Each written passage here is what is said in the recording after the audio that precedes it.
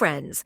This is another episode of the program Empire of Lies, in which we discuss manipulation and disinformation in Russian media. We'll show you how it works, what Solovyov is really saying. In recent months, Russian propaganda has been experiencing a new wave, not hysterical, but rationally threatening. Whereas previously Solovyov and his colleagues operated according to the template of an aggressive show, now we are faced with a well-written doctrine of intimidation, dressed up as analysis. The main goal of this rhetoric is not to convince Russians, but to make Europe fearful, doubt its own stability, and believe that peace is only possible on Russia's terms. 1. New weapons. As the language of political blackmail, Solovyov begins with the Kremlin's usual formula. We are actively developing all this. Testing is going well. We will soon announce new weapons. No specifics, only promises of another level of capabilities. This isn't a technical announcement, but a diplomatic warning, carefully crafted for an external audience.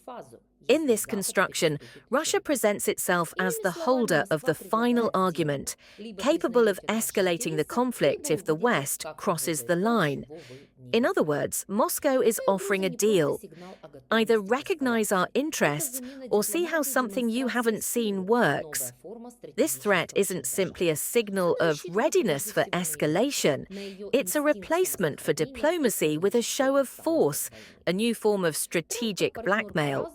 It's aimed primarily at Europe, its instinct for self-preservation and chronic war fatigue. 2. Trump as a partner in mind, Europe as a hysteric.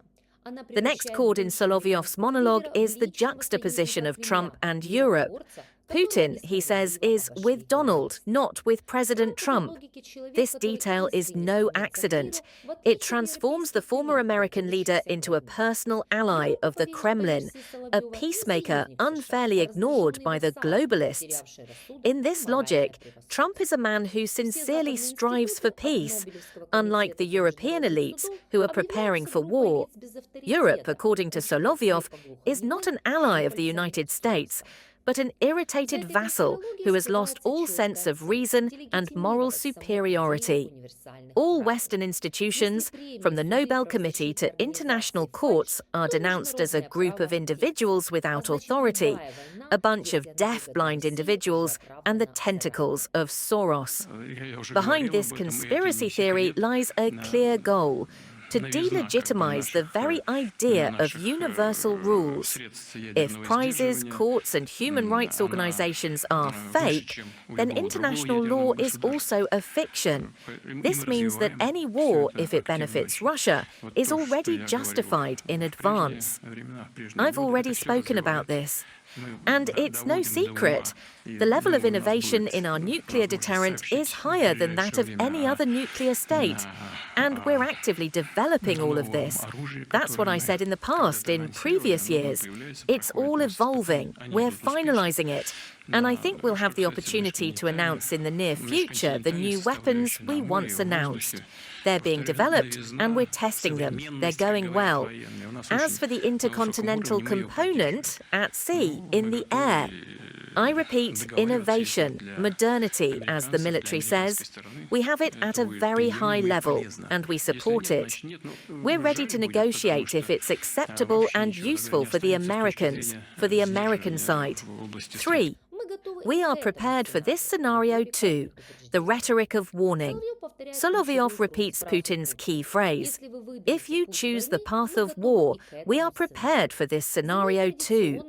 Behind it lies the traditional logic of Russian foreign policy. Accept escalation as inevitable in order to make it manageable. You want to play Tomahawk? Do you have anything to play with? He asks.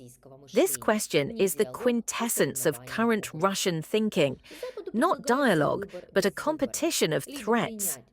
The West is offered a choice without a choice. Either accept a rational peace under Russian control or experience new weapons. This language is no longer propaganda, but a ritual of strategic violence through words. Its purpose is to paralyze Europe's political will, to make fear the main currency of international negotiations. 4. What Europe needs to understand Solovyov is not speaking for a domestic audience. His audience is European ears, tired of sanctions, rising prices, losses, and endless support for Ukraine. For them, he offers a tempting argument. We too are for peace, but on reasonable terms.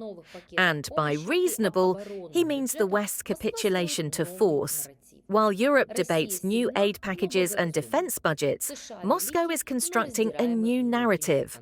Russia is strong but prudent. The United States is great but torn by internal conflicts. Europe is weak, dependent, and doomed to hysteria. This isn't just a description of the world, but an invitation to a trap. If Europe believes that a tired world is better than risk, Moscow will win without firing a shot. This was the Empire of Lies program. See you soon.